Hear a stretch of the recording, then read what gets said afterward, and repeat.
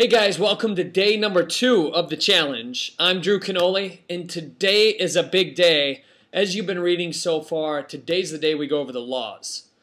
Now, if you're an attorney, great. You've probably heard of these laws before. If you're not, don't worry about it.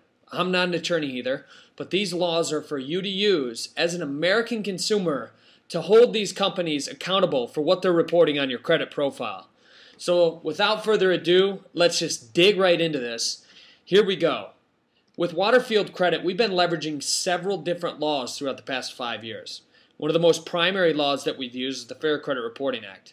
As you can see on my screen, as you will see in the book, the 57-Day Challenge to a 720 Credit Score, we're going to go over this in thorough detail. It's real simple and easy. It's on page 12 that we'll be looking at this. You'll see the Fair Credit Reporting Act, like I said. Now, 95% of credit repair companies only use that law. So it's a huge advantage for companies like Waterfield Credit and for you as a consumer to leverage these other laws, like the Fair Credit Billing Act, the Fair Debt Collection Practice Act, the HIPAA, which is the Health Insurance Probability Accountability Act, which is a great law for medical bills. We've removed thousands of medical collections over the years by utilizing that one law alone, and the Fair and Accurate Credit Transaction Act. So we have all these different laws. Now to apply them, it's real simple. If you read through the next 5 to 10 pages, we're going to explain to you what each law does. Now the Fair Credit Reporting Act is real simple. It gives you the ability to dispute any single negative, inaccurate, misleading item on your credit profile. It'll go through it in more detail, and we're going to show you exactly how to integrate that into the dispute letters. Lucky for you, each one of those dispute letters that are in the book cost anywhere from $100 to $250 to create by hiring an attorney to do that for you. Now, they're all yours, and you have the luxury of using them. So, without further ado, let's get into more laws. There's 6 basic rights to the Fair Credit Reporting Act. Read through those on your spare time. I don't want to hit those too much right now, but it gives you the ability and allows you to learn exactly what the Fair Credit Reporting Act is without going online and typing in the FCRA, because it's literally a 632-page document. It would take you probably a month and a half to get through the thing. It's so arduous, boring, and time-consuming that you will not even finish it. Unless you are an attorney, you have a passion for that kind of stuff. Personally, I don't like reading legal jargon all day long. I'm good at it because that's what I've been doing throughout the years, but I really don't like it. It's 6:30. I'd rather read comedy or something like that as well. So let's continue to go down here. We've gone over the Fair Credit Reporting Act. There's different laws in here. There's the Fair Credit Billing Act, which is great for collection companies, great for reporting, different late payments, as I'd mentioned before. You can get a copy of the Fair Credit Billing Act as well, just by Googling it online, and then that will come up. Under the Fair Credit Billing Act, there's a bunch of different things that it involved. Unauthorized charges, charges with the wrong date or amount, charges for good or services that were not delivered as agreed, math errors, failure to post payments and credits such as returns, failure to send bills to the current address, provide creditor additional information so that you can change it on a periodical basis, whatever it is, changes for the exemption of written proof of the purchase that was claimed in error, the request for the clarification. So, other rights are on here as well. It's real simple and easy to use. I don't really need to go over every single law in detail with you guys. One, you can read it in the book. And number 2, the dispute letters are already integrated with the matrix.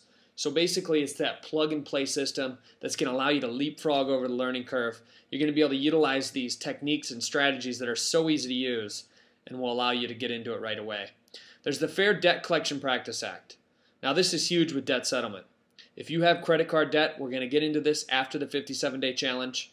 Part of your membership is to teach you how to settle debt on your own, so you're not paying a debt settlement company 10 to 20% of the total amount of debt, because that can add up as well. So, the Fair Debt Collection Practice Act, I'm going to teach you of what debts are covered in the book as well. One of the biggest things about this law is this is how we get collection companies to stop contacting you. We can do what's called a cease and desist, which I've incorporated in your letters. I forgot what number or what page it's on because I'm giving you so many. But look through letters. You'll see a cease and desist there. Collection companies are calling you nonstop at work. It's illegal. You just have to tell them that you are at work and you don't want calls to that number. You can do it in writing as well. Please stop calling me at my home number. I want all correspondence in writing. And we've actually attached that letter as well.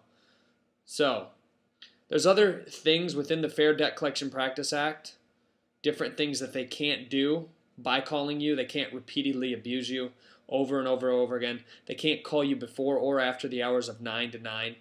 There's different laws that are in there as well. So you want to look over that. It's a real good law. There's lots of things in it that protect you. The HIPAA, which is the Health Insurance Probability and Accountability Act, is a great law for implementing against medical companies, hospital bills. Up until very recently, medical companies had a horrible record for maintaining accurate credit information. So the HIPP or the HIPAA protects you in that. What we've done in the dispute matrix is showed you exactly how to utilize that with medical companies. So go ahead and look at the dispute matrix and apply the right one to your medical bills. You'll be surprised at how well it works. And finally, last but not least, the Fair and Accurate Credit Transaction Act is another law that we use, mainly with identity theft and other consumer disputes, different things like that. We use that. So, in dealing with the credit bureaus, we're going to go over that in a little bit, but this was day 2 of the challenge. We've gone over the laws. Make sure you do your reading tonight so that you got a vague idea and an understanding of what laws you're using.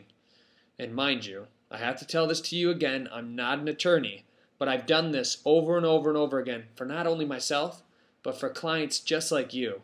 And it really does work. Okay? So we'll see you tomorrow on day 3. I'm looking forward to it. I hope you are as well. We got to continue pushing down this path. Okay? If you've already put your number up of the credit score that you want, or pictures of your house or the car, or the ideal situation that you're going for, if you have not done that yet, I suggest you do it tonight. It's important to know what you're going for. And when I first started this, that's exactly what I did. So I'm looking forward to seeing you on day number 3. We have all types of good things in store for you. We'll see you then.